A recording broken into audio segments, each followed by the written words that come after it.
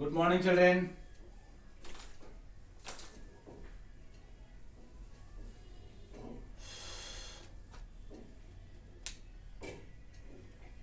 Continuing with the rotational motion, we have discussed all the theorems. We have discussed radius of gyration. You all know moment of inertia. You all know inertia. What is the difference between inertia and moment of inertia? Inertia depends only on mass, but moment of inertia depends on mass as well as distance from axis of rotation.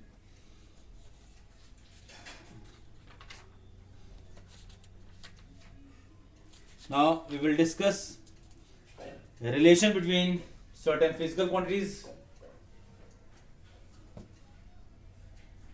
So it is a relation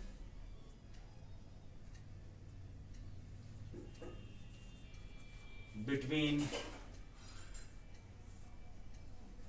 torque and moment of inertia.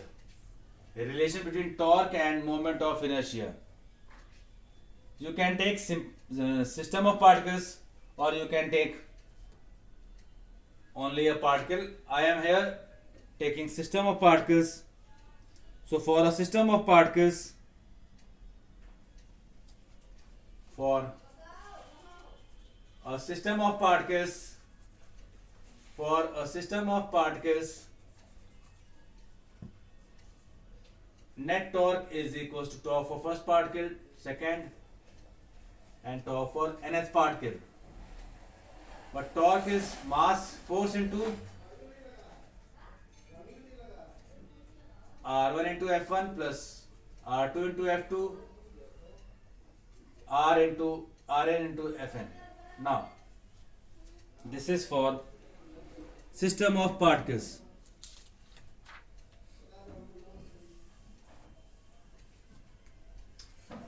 Now R1 can be written as M1A1 plus R2 M2A2 Rn Mn Rn. Now R1 A1 is R1 alpha 1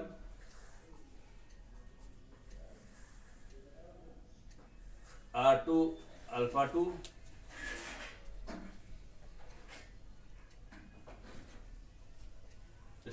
because it is angular acceleration, it will remain constant for all the particles.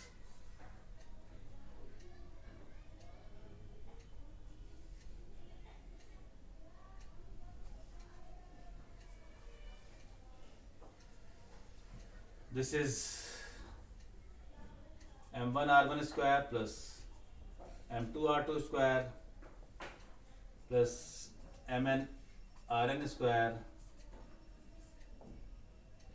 alpha. Alpha is angular acceleration which remains constant. So for this torque, this is moment of inertia of all the particles, so it becomes I into alpha. So this is the relation between moment of inertia and torque. In vector form, you can write it as torque is equals to I into alpha. This is the relation between torque and moment of inertia.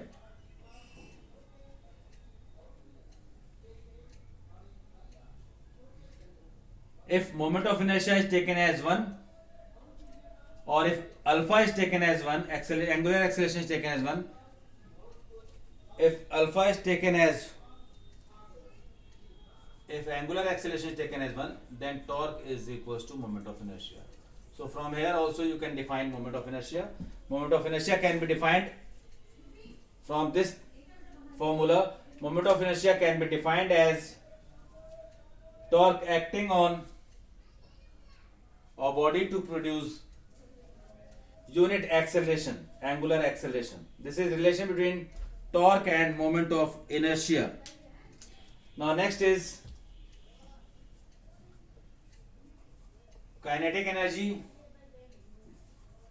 kinetic energy of rotation. Kinetic energy of rotation, or you can say rotational kinetic energy. So here again, kinetic energy is equals to, for all the system of particles, kinetic energy is equals to half m1 v1 square plus half plus m2 v2 square, because I have taken half as common. So this is kinetic energy for system of particles. This is also known as rotational kinetic energy. It is defined as energy possessed by body by virtue of its rotational motion. Energy possessed by body by virtue of its rotational motion. So here again angular velocity is constant. Be careful, angular acceleration and angular velocity in rotational motion remains constant. So V is equals to R omega. You can write it as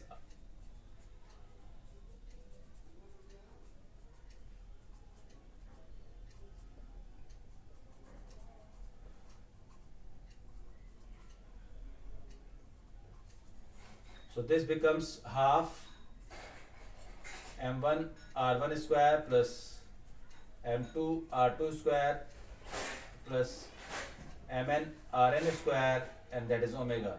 This is all moment of inertia for a system. So half I omega square. This is the rotational kinetic energy, expression for rotational kinetic energy. Again you can see what I have discussed earlier. The role which mass plays in linear motion is played by rotational motion, is played by moment of inertia and rotational motion. So where you are using force in linear motion, so force, formula for force is F is equals to ma. Here that role is played by torque. In place of mass you will replace I, because I and mass are same in different types of motions. That is, mass, whatever role mass plays in linear motion will be played by moment of inertia here. So F is equals to ma becomes torque, I into alpha. Kinetic energy half mv square. In place of m it becomes I, half I, and in place of v you will get angular velocity half I omega square. Now next is, this is kinetic energy of rotation. Next is angular momentum. A relation between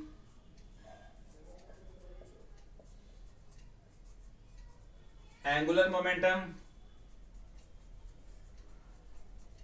and moment of inertia. Angular momentum and moment of inertia.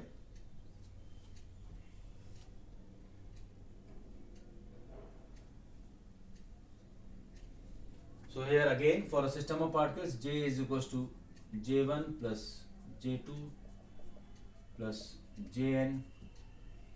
J is written as R into P, R1 into P1 plus R2 P2 plus Rn Pn.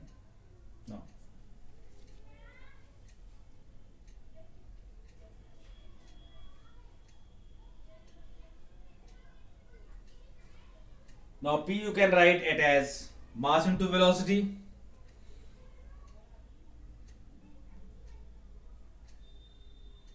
P you can write it as mass into velocity. So this becomes R1 m1 v1 plus R2 m2 v2 plus Rn mn vn. Now J equals to V is equals to R omega. So this becomes m1 r1 square plus m2 r2 square plus mn rn square, and taking omega as constant. So this becomes I omega. So J equals to I omega. This is the relation between angular momentum and moment of inertia. So angular momentum and moment of inertia are related as, in vector form you can write it as J equals to I omega. Now next is relation between torque and angular momentum. Relation between torque and angular momentum. Relation between torque and angular momentum. Here you all know that torque is given by I alpha. But what is alpha? Alpha is angular acceleration which is given by rate of change of angular velocity. So torque is equals to I d omega by dt. This can be written as d by dt of I omega. But what is I omega? I omega is J. So torque is dJ by dt.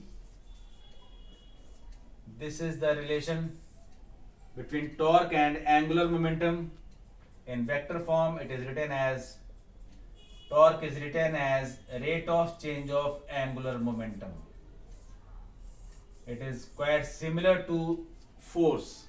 Force is rate of change of linear momentum. This is rate of change of angular momentum. So this is the relation between torque and angular momentum. Now next is law of conservation of angular momentum. Law of conservation of angular momentum. Law of conservation of angular momentum. It states that if no net external torque is acting, total angular momentum remains conserved or constant.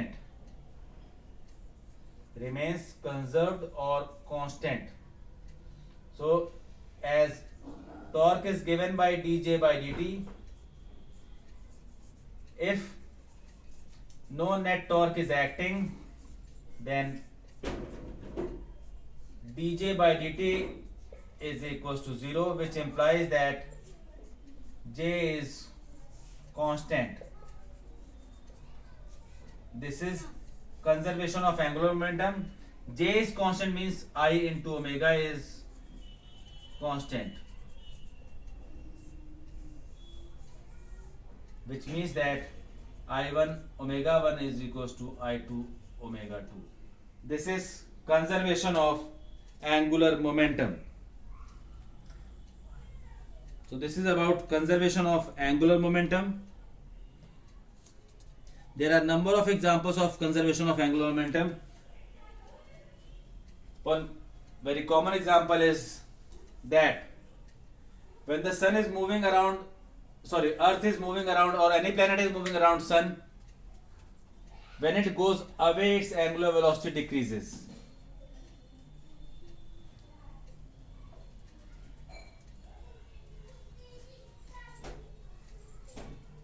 Similarly, when a diver is diving, he jumps from his platform, fold his body. Why he is folding his body? Because moment of inertia will decrease. That will increase the angular velocity. I will decrease, omega will increase. He will move with more angular velocity. But as soon as he is about to dive, he opens up his arms and opens up his body, so that moment of inertia increases, distance will increase, moment of inertia increases and angular velocity decreases, and he will dive safely in the water. These are examples of conservation of angular momentum. Many more practical examples are there. Now we will discuss certain equilibrium, conditions for equilibrium, and then move to numericals. Thank you.